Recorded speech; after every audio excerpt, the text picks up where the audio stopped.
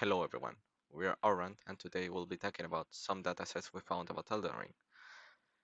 To begin with, I'll be answering the question, which class offers the best return on investment? To understand this question, you don't need to know the game, you just need to understand resource management. In this system, every character start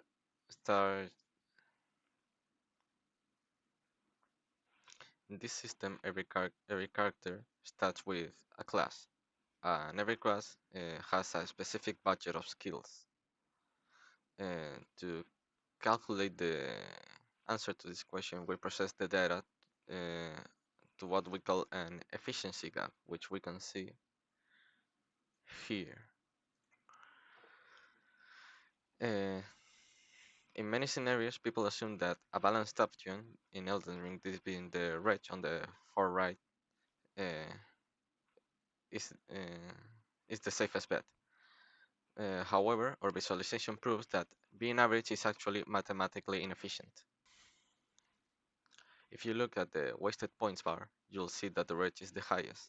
Why is that? Because if you're trying to build a strength build, for example, you'll be wasting points or on faith or mind, for example. You're essentially paying for skills that you will never use. Now, comparing that to the prisoner on the far left, uh, this class is terrible at certain things, but that is actually a benefit because it effectively dumps the useless skills and allows you to allocate your resources into what actually matters for your role. The point from this dataset is very clear. In a system based on limited resources, specialization beats balance. The option that looks the most flexible is the one that is actually most expensive that you can choose. Hello, I'm Airam, and I'm gonna make a comparison between physical damage and stamina consumption of three weapons in Elden Ring. First, we have the Arcanum, a ballista. Then we have the Duelist Great Axe, a colossal weapon. And then the Cinquedea, a dagger. To start with the Arcanum, it has the highest physical damage out of the three, but also the highest stamina consumption.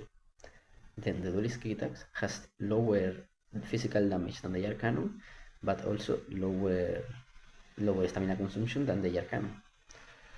And the Cinquedea, it has the lowest physical damage out of the three and the lowest stamina consumption out of the three. So in terms of damage per second, you want to use a dagger that consumes less stamina because it lets you hit more time before you run out of the stamina. But in terms of the one hit damage, you want to use something with more physical damage like a ballista because it makes more damage and you consume the stamina but for only one hit, so you don't be hitting next after that. Following the previous analysis, we wanted to create the best build in Elden Ring. So to do this, we extract the data from the dataset of weapons, armors, and talismans, and we combine them into three types of builds. The first one is boss slayer, the second one is farming, and the third one is moving. So, looking at the first graphic, we can see that the requirements of attributes is different for every one of them. The build of moving requires a high level of strength. The build of farming requires a high level of dexterity and faith, that is a mix. So we can say that doesn't exist a perfect build in Elden Ring.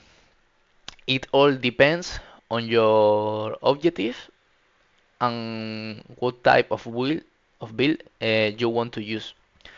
But we can rank this type of builds according to their accessibility. So to do this, we normalize the data to a level 1 character that start with all of their stats at level 10. And looking at the second graphic, we can see the results.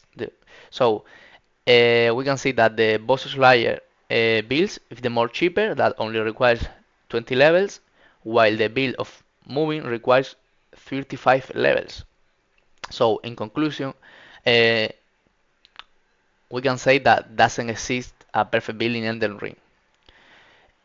But in terms of accessibility, we can say that the build of Boss Slayer is the best one of or the more easy to use for the new players. And now let's see what happens with the builds for PvP. Hello, my name is Arthur, and I'm going to explain how can we maximize resource efficiency and still synergy for a high-performance PvP build. This magic assassin build for PvP is all about strength and efficiency. First, the Black Knife armor is the most important part. It's the only piece that makes your movement completely silent and is the great for MVP because you can sneak up on the other players without being heard. Also, because the stealth effect is only on the chest piece, you can wear stronger gloves and boots to get better defense. For attacking, we use the Moonveil Katana that is very strong because it deals both physical and magic damage. Its special move,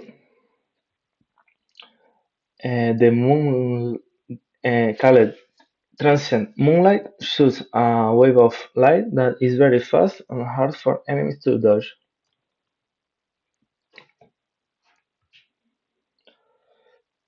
To keep fighting longer, we use two special items: the Carry and Flight Craze that reduce the mana cost of your skills by 25%, then the Assassin Cerulean Dagger that gives you back 50 mana points every time we land a critical hit, like a backstab. In short, this build is perfect for PvP because two reasons. First, you are a ghost, so you can ambush enemies and you can ambush enemy easily. And second, you never run out of mana. Use stealth for get critical hits, and the hits give you mana back, and you use that mana for shoot magical as your rivals. And it's a perfect circle for winning. Adolfo, and I'm going to present some analysis from one of the most important bosses of Elden Ring, Malenia. The goal is to determine if a higher level player has more probability to defeat Malenia. Here we have some variables about the player and Malenia. And the first one is the level. You have a range between 120 and 180. The host build, just the type about the type the player used trying to defeat Malenia. The host death time, it's the amount of time the player um, was alive. The health, it's the remaining boss health at the time of the player's death. And finally, the water flow death indicates if the player was defeated by the water flow dance, one of the most lethal attacks of Malenia. And now we created an efficiency index, and where we can compare a player A, a player and player B. Player A was a level 180 and played passive. And in compare with the player B, that was a level 120 and 124 and had a way low efficiency. But efficiency isn't just the amount of time uh, you can survive. It's also the amount of health, the remaining health of Malenia. And finally, here we have a density plot where we can see that the proc melee, that it's the bleeding build, and was way efficient than the rawcast. The rawcast is the build of magic because in blue we can see the amount of deaths that wasn't about the water flow dance, and in red the one who was it. So in conclusion, the the level isn't just important, it's also important and the build you have trying to defeat Malenia.